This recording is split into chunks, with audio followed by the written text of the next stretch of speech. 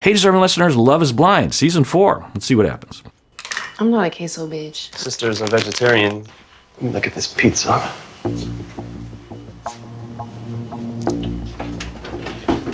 I'm really stressed out. I don't know, man.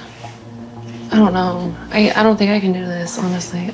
Okay, so they're having his family over, I'm surmising, and she's very stressed out, which is natural, and she's feeling it, and she's communicating it, very healthy. And I imagine, though, that she has tremendous distress and anxiety right now, which I don't know what that means, but when she has this reaction, and we've seen at least 2 other moments of that, I think it points to issues of some sort, either trauma-related, anxiety-related. There's a lot of paths to having a lot of excessive distress. Physical, the sense I get from her, it's a physical terror, a fight or flight reaction, right? And we're seeing, I think, the body language of that from her.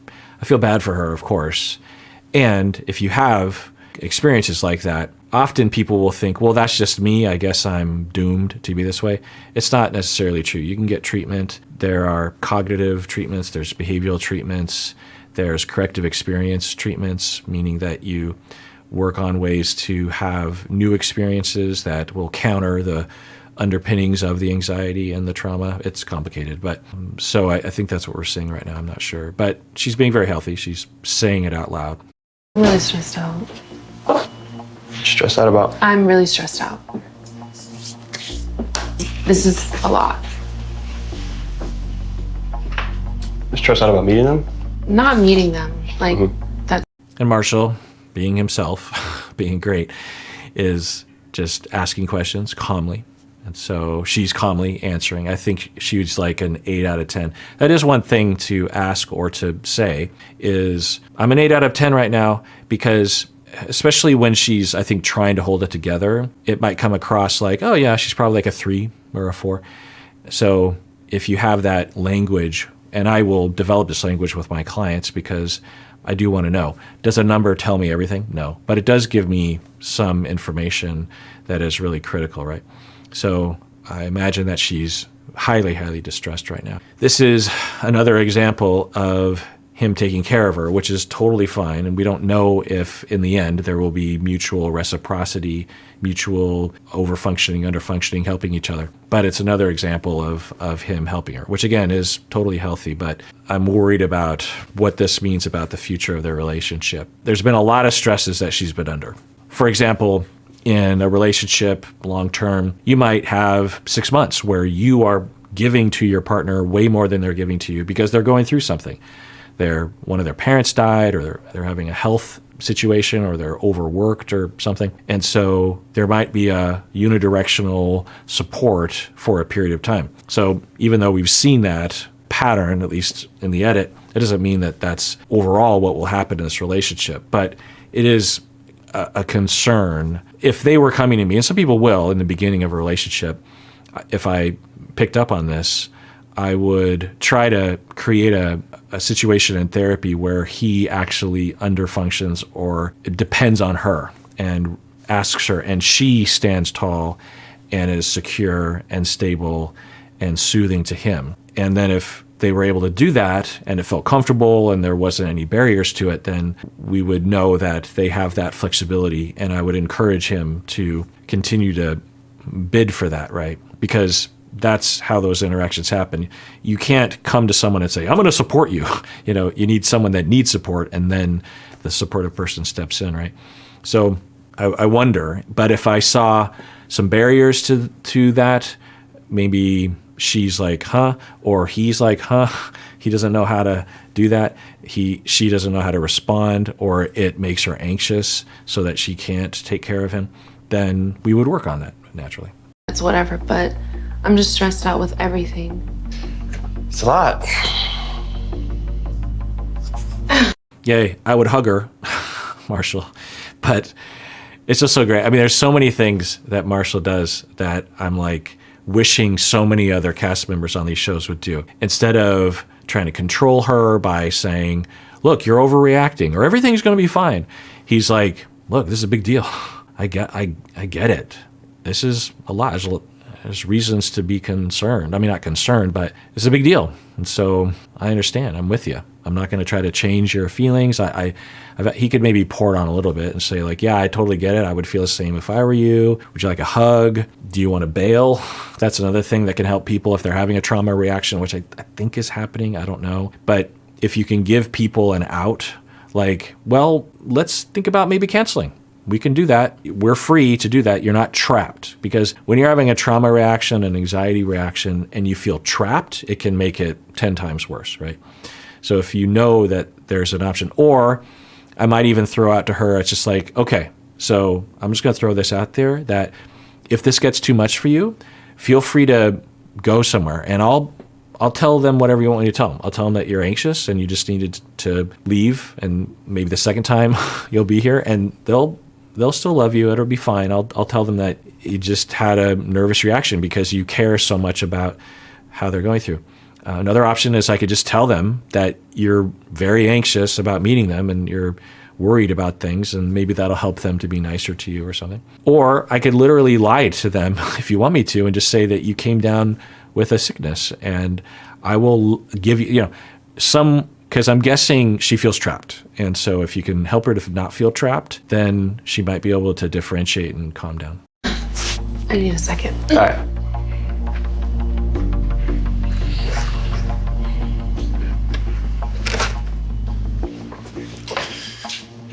I can give you some time. I can walk them around the block or whatever. And No, it's fine. We can. So it's good. Marsha is like similar to what I was saying, right? It's a way to help relieve the time pressure on her. I'll take him for a walk around the block. You can take some time. I will say that Marshall isn't as warm to her as he usually is in situations as he was that other time. Maybe it's because she's not crying, so it maybe not be as noticeable, the level of distress she's going through, at least the way that I'm seeing it. So I don't know what that means. Does that mean that he's also anxious and also worried and doesn't have a lot to give in this moment? Does it mean that he's getting wary of taking care of her and extending himself a lot? Is it because he's upset about, I don't know. He's being great on average, but he's not being as caring as he was previously. It's not a criticism. It's just, I guess I'm worried that this is maybe taking a toll on him. And I guess I worry for him. And by extension, her, because if he's becoming overburdened, then that could cause him to pull away from her. I don't know. I'm reading into it. Just knock it out.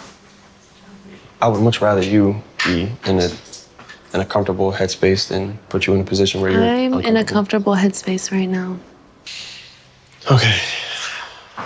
Yeah, that's not great. So he's trying to help, and then I think because she's stressed out and in a bad mood, she kind of pushes back, and then he's just explaining. He's just like, well, I'd rather have you in a good mood than not, so it's not a big deal if I take him for a walk around the block, give you some time. I'd rather have you be in the right headspace. I think because she's stressed out, she feels pressured. She says, I'm not in a bad headspace. It's like, you're very much in a bad headspace. Not your fault, right? And I think a lot of times, that's the problem with trauma. I don't know if she's been traumatized, but anxiety or high, excessive distress. Again, it's normal to feel distress, but I think she's experienced, because he's also worried too, right? He'll be worried when he meets her family. But I think she has a lot of distress in this situation, and so causes a double problem, because not only are you under distress, but you feel like there's something wrong with you because you have stress. And so you suppress it, you don't ask for help, you feel like you're burdening other people. So I wish that she would feel okay with saying, take him for a walk around the block. But that could add to the anxiety, right? Because she could feel like, well, I already feel like this is going to go horribly, and if I do that to them, then they're going to start off with hating me to begin with, so I don't know what to do. Hopefully they can see their way through this situation without hurting their relationship, right? Give you some time. I can walk them around the block or whatever. And No, it's fine. We can just knock it out. I would much rather you be in in a comfortable headspace than put you in a position where you're I'm in a uncomfortable. comfortable headspace right now. Okay. I think your energy is making me even more stressed out. Okay. How? Maybe that's true. And yeah, I could see that.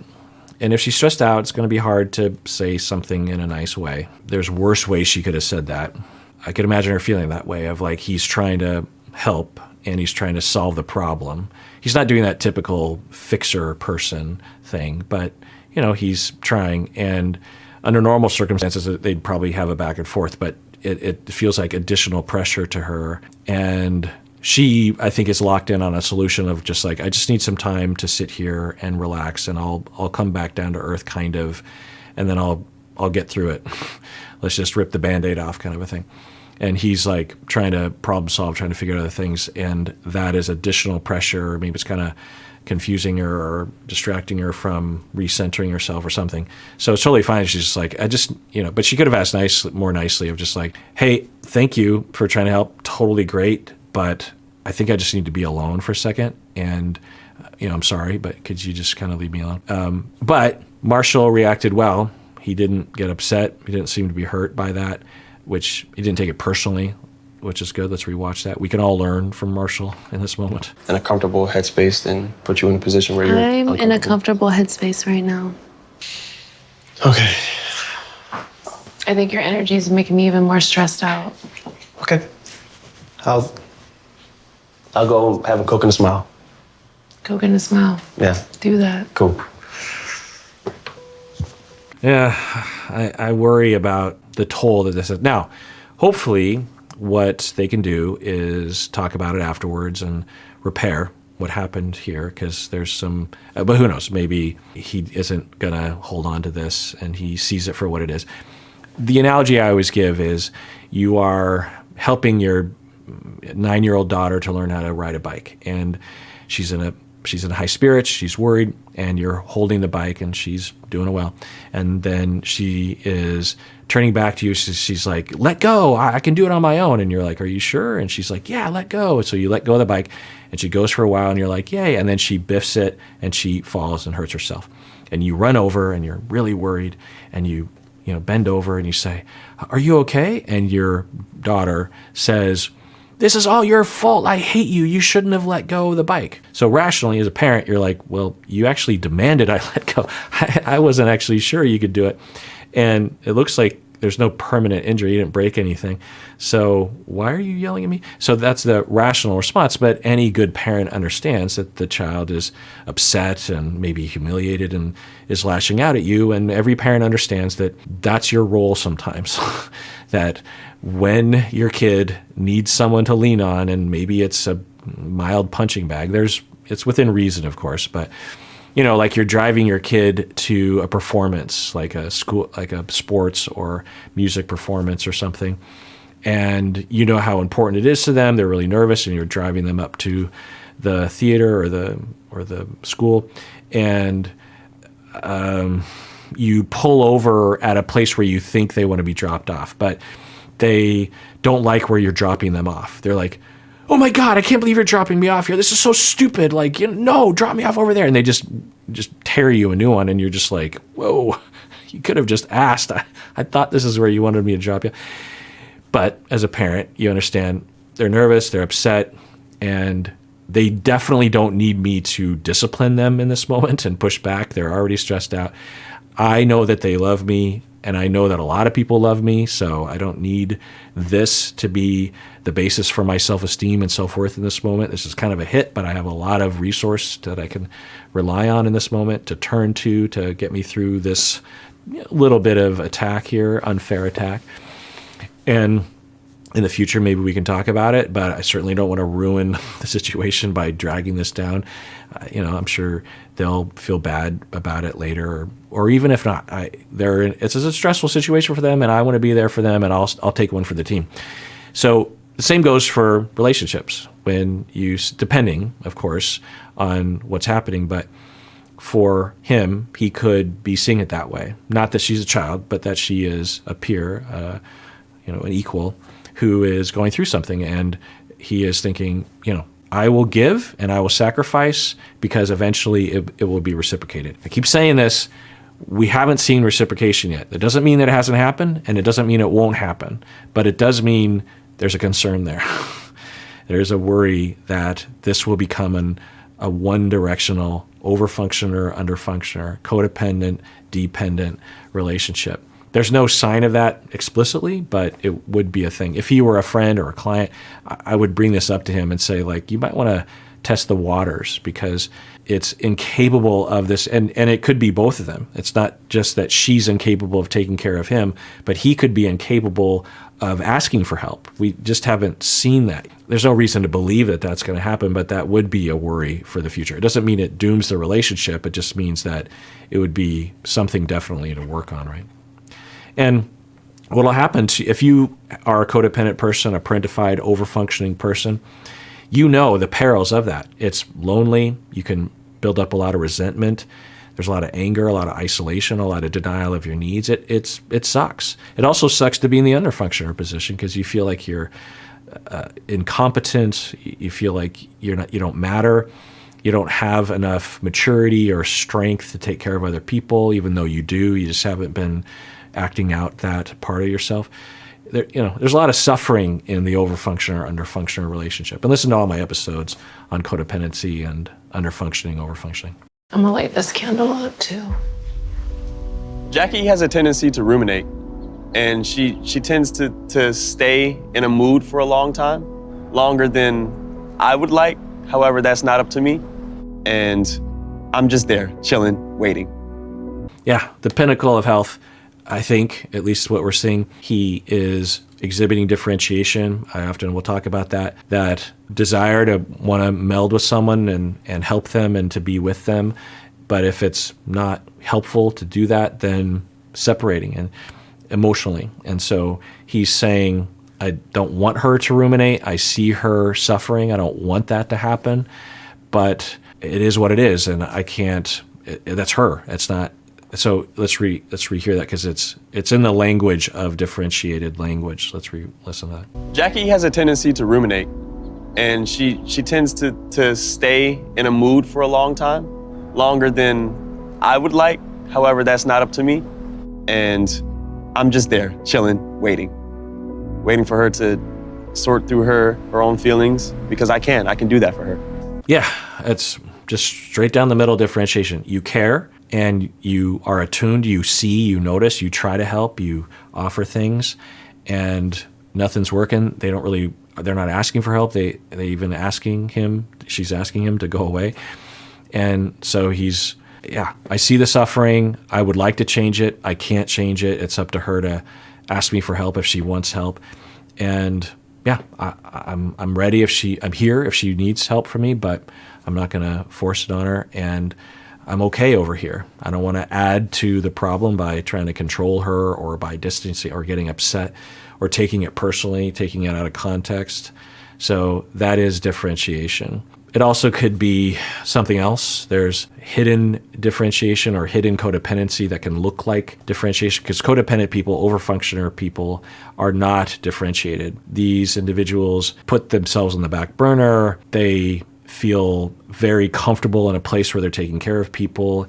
And if the underfunctioner actually starts to not underfunction, the overfunctioner will sometimes either underfunction themselves in a permanent, semi-permanent way, or they will try to make sure that the underfunctioner stays underfunctioning. There's no evidence of that, of course, but I just kind of worry not only about their relationship, but about both of them as individuals. I worry about all these people. But the other thing I'll say is that the things I'm pointing out are very easy to work on in couple therapy. A lot of the things I talk about in these shows, it might sound like, whoa, that sounds like a big deal. How would you change that? Everything, I probably will mention things if I thought that it didn't lend itself to therapy or if the therapy course would be long. But even that, it's like, 5 years of therapy. That's not uncommon for people in Seattle to do that, even casually. So I just want to point out that the level of concern I have if they went to a competent therapist for this is very low.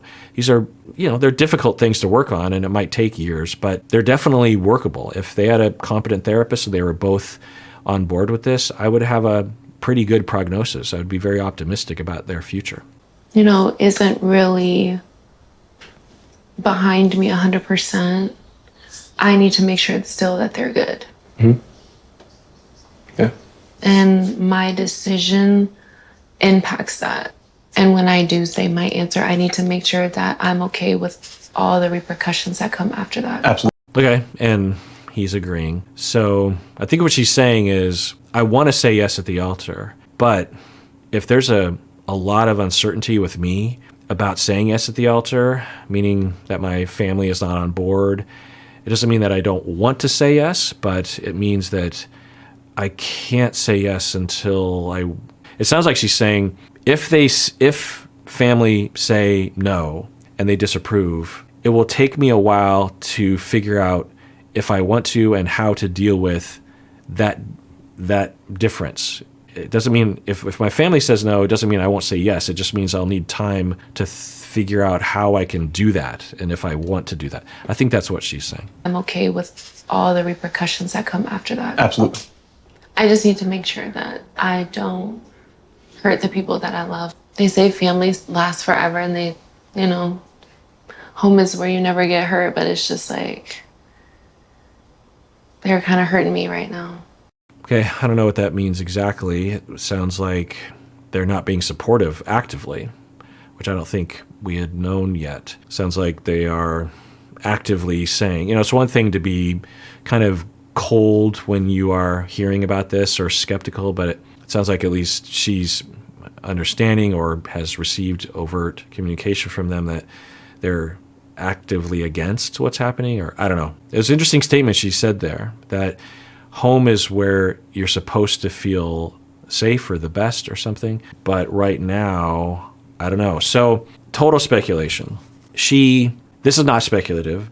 This is what she said, that she's taking care of at least one of her parents, right? And it sounds extensive. It doesn't sound like just mildly taking care. So there's a lot of concern there. There can be a lot of need there, maybe daily contact, daily help with things, even just going to the bathroom sometimes. You feel like you have to be there for that, or the parents can't afford 24-hour nurse care, that kind of thing. That can be very expensive, obviously. So depends. And of course, insurance should pay for all that, or at least taxes should pay for all that. But we live in a very strange country that is super rich, but just doesn't care when it comes to this sort of thing. Anyway, cares kind of, or leaves it up to the capitalists to provide that, which of course is silly. Anyway, so for her, she's saying you should be able to depend on people at home, but I'm not feeling that. I'm gonna rewind this because I don't know.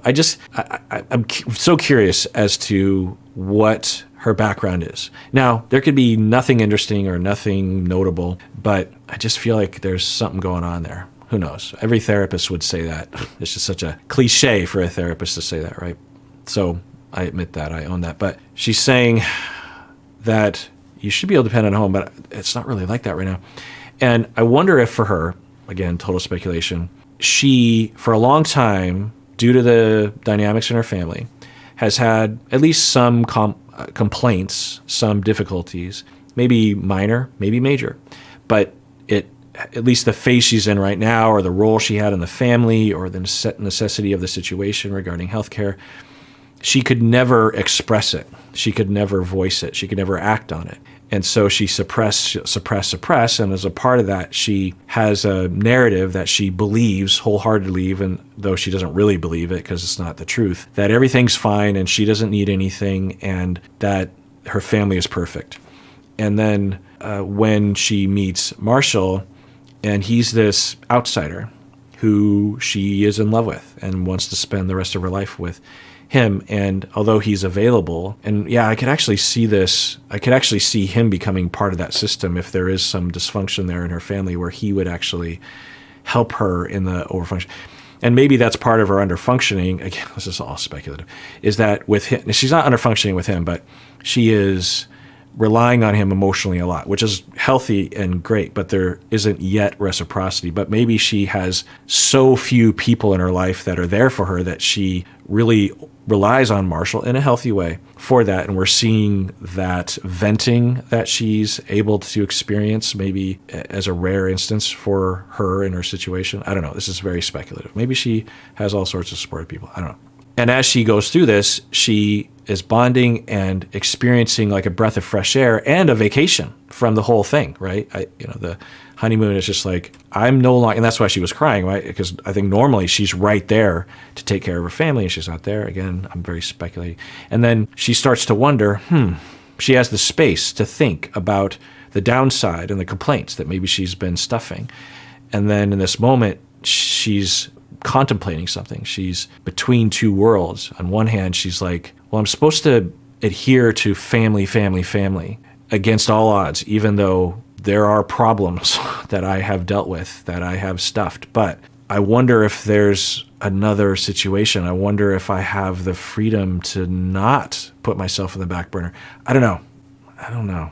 Answer, I need to make sure that I'm okay with all the repercussions that come after that. Absolutely. I just need to make sure that I don't hurt the people that I love. They say families last forever, and they, home is where you never get hurt, but it's just like, they're kind of hurting me right now. That's what she said. Home is where you never get hurt. That's an interesting phrase because that is just not rational. Home is where you definitely get hurt emotionally, hopefully not in an abusive, harmful, excessive way, but yeah, it's where you have relationships. It's where you have a lot of attachments. And of course, there's going to be a lot of hurt feelings. Now, maybe by hurt, she means extreme, right? But I don't know. I just keep reaching for anything to grab onto, but there's a possibility that that's evidence of that stuffing of home is this perfect place where you never get hurt, these kinds of extreme points of view to counteract and to keep down notions that are threatening. Who knows? But even aside from any kind of mistreatment or trauma, when you're in a situation where you take care of your parents and there's really no rational alternative, and if you were to put yourself on the front burner, then it would literally mean you wouldn't take care of your parents and they could die, or they would be heavily uncomfortable while you're not there taking care of them. Also, when you were taking care of them, you would be actively, consciously suffering from the fact that you're putting yourself off, you're putting yourself on the back burner. So sometimes not only will we put ourselves in the back burner, but we'll also put a visual barrier between the front burner and the back burner, so we don't even notice that we're on the back burner, because it's easier to deal with it that way if you're forced into a situation like that. So I don't know, but that phrase of home is where you never get hurt might be that barrier of just like, home is perfect, it's where everything is great. But it's about time that I step and do what I need to do as an adult. Mm-hmm. I can't keep living by my family and then not living my life. Yeah, at the very least, what she's saying here is in line with kind of the conceptualization that I have, and it's possible that there's even more than that. It's interesting that it's coming up right now as his family is coming over, right? I wonder if there's a part of her of just like, normally in this situation, I run. Normally, I run to my family and I hide behind the front door emotionally of my family home. And I'm having that impulse right now because the family's coming over and I'm terrified that they're going to reject me. Maybe she has a lot of shame about this. I don't know. And then she contemplated that, and then she's like, no, I'm not going to do that. And then it started this other line of thinking that she went into. Going through it. I'm going through the emotions. My mom, she is not happy that I got into this experiment. She's not happy that marriage is going to happen so quickly. And that's getting to me. And then on top of that, I'm meeting family today, and I'm like, I don't feel like I'm at my best self.